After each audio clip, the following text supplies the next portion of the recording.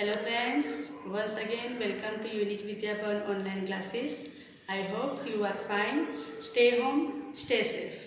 In our last video, we learned about four parts of speech like noun, adjective, pronoun and verb. Let's recall four parts of speech again. Noun.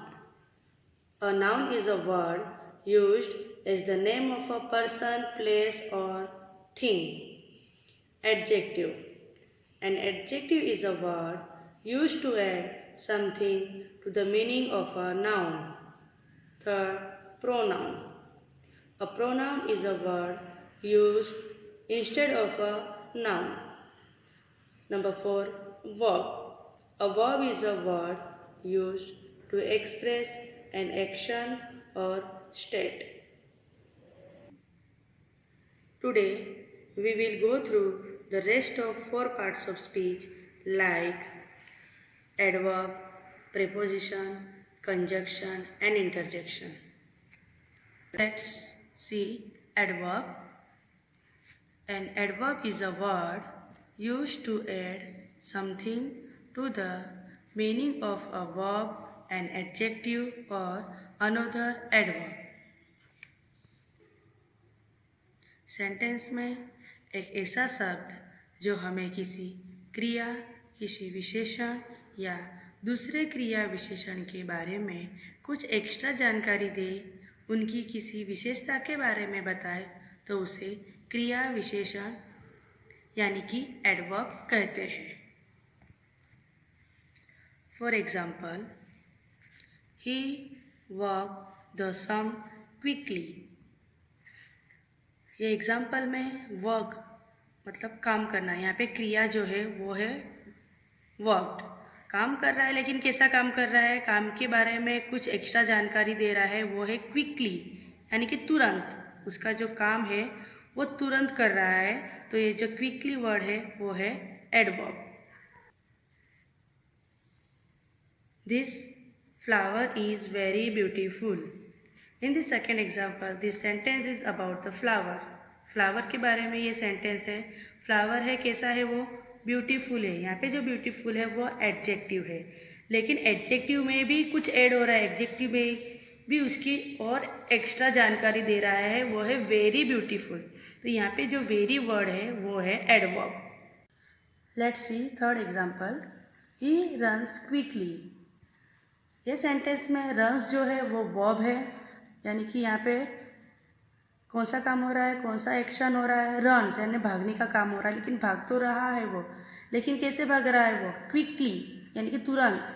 इसीलिए जो एक quickly word है वो है adverb. In the for example, she Yeats very slowly.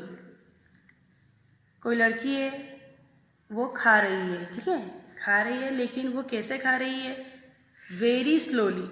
Slowly जो है वो adverb है, और दूसरे एडवर्ब में कुछ एक्स्ट्रा बता रहा है, उसमें कुछ एक्स्ट्रा जानकारी दे रहा है कि वेरी स्लोली, बहुत ही धीमे खा रही है, इसलिए जो ये वेरी वर्ड है वो है एडवर्ब. लेट्स सी प्रेपोजिशन, मतलब संबंध सूचक अव्यय. A preposition is a word used with a noun or a pronoun to show how the person or thing denoted by the noun or pronoun stands in relation to something else. It means preposition shows the relationship between words in a sentence.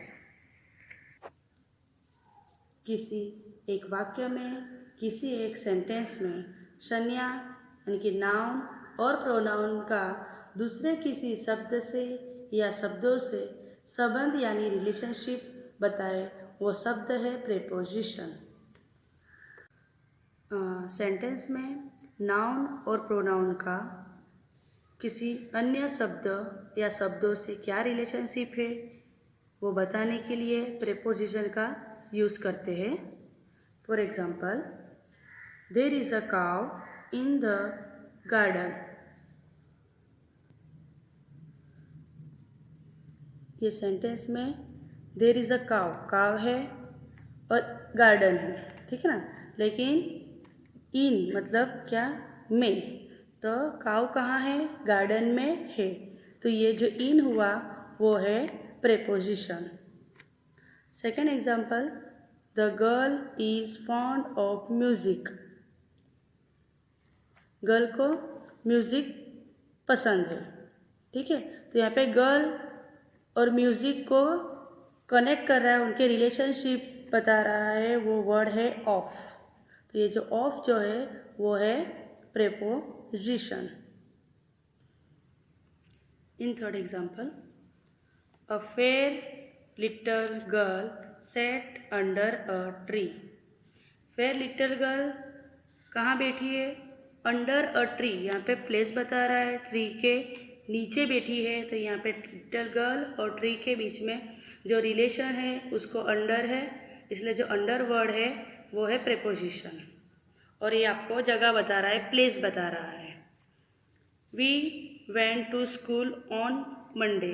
यहाँ पे we went, हम गए थे कहाँ, to school, और कब, on Monday, Monday को। तो यहाँ पे ये जो वर्ड है टू और ऑन, ये दोनों प्रेपोजिशंस है।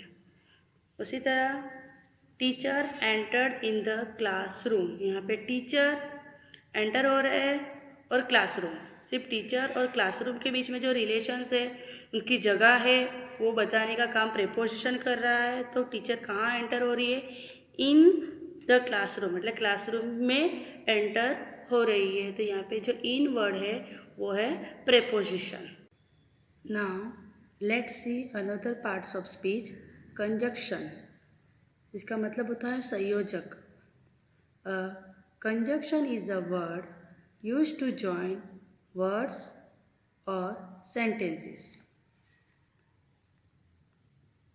ऐसे वर्ड्स जो दो शब्दों को या दो सेंटेंस को आपस में कनेक्ट करे या जोड़े, उसे कंजक्शन कहते हैं। For example, Ram and Hari are cousins. यहाँ पे राम और हरी, ये दोनों को एंड से कनेक्ट किया है, मतलब में राम और हरी दोनों कजिन्स है, इसीलिए ये जो एंड वर्ड है वो है कंजक्शन। राम और हरी को एंड से कनेक्ट किया गया है। In second example, 2 and 2 make 4। 2 और 2 मिलाकर 4 होते हैं।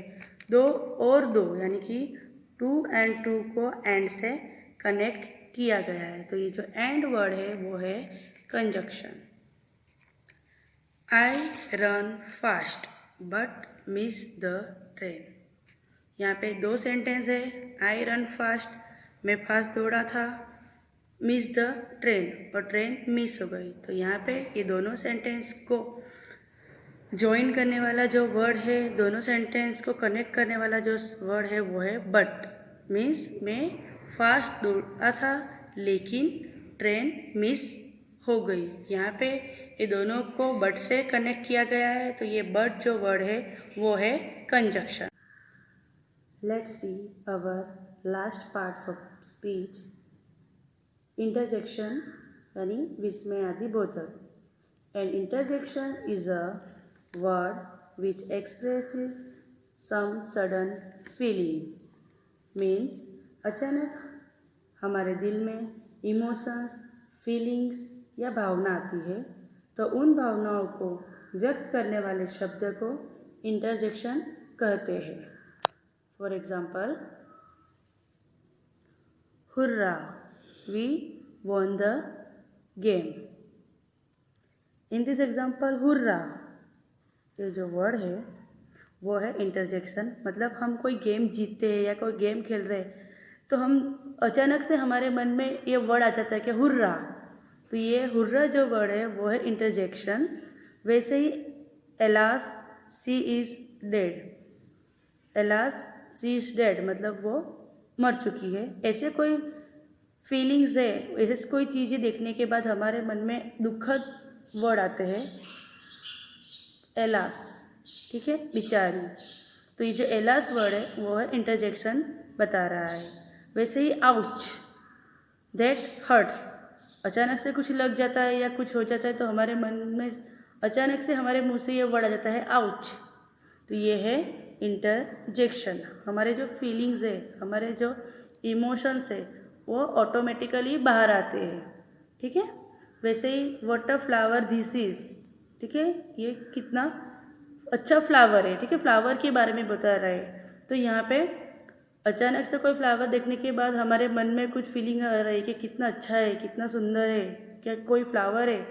तो अभी जो हम वर्ड यूज़ करेंगे what a flower this is, तो ये वर्ड हुआ इंटरजेक्शन। तो ये जो हमारे इमोशंस है, हमारे फीलिंग्स है, वो सडन तुरंत ही बाहर आ जाते हैं, तो उससे हम कहेंगे इंटरजेक्शन। फ्रेंड्स, हमने हमारे इस वीडियो में 4 पार्ट्स ऑफ स्पीच के बारे में डिस्कस किया। हमारा प्रीवियस वीडियो में हमने 4 पार्ट्स ऑफ स्पीच के बारे में डिस्कस किया था। इसे प्रैक्टिस कीजिए, अपने नोट में नोट डाउन कीजिए और घर बैठे पढ़ाई कीजिए। Thank you.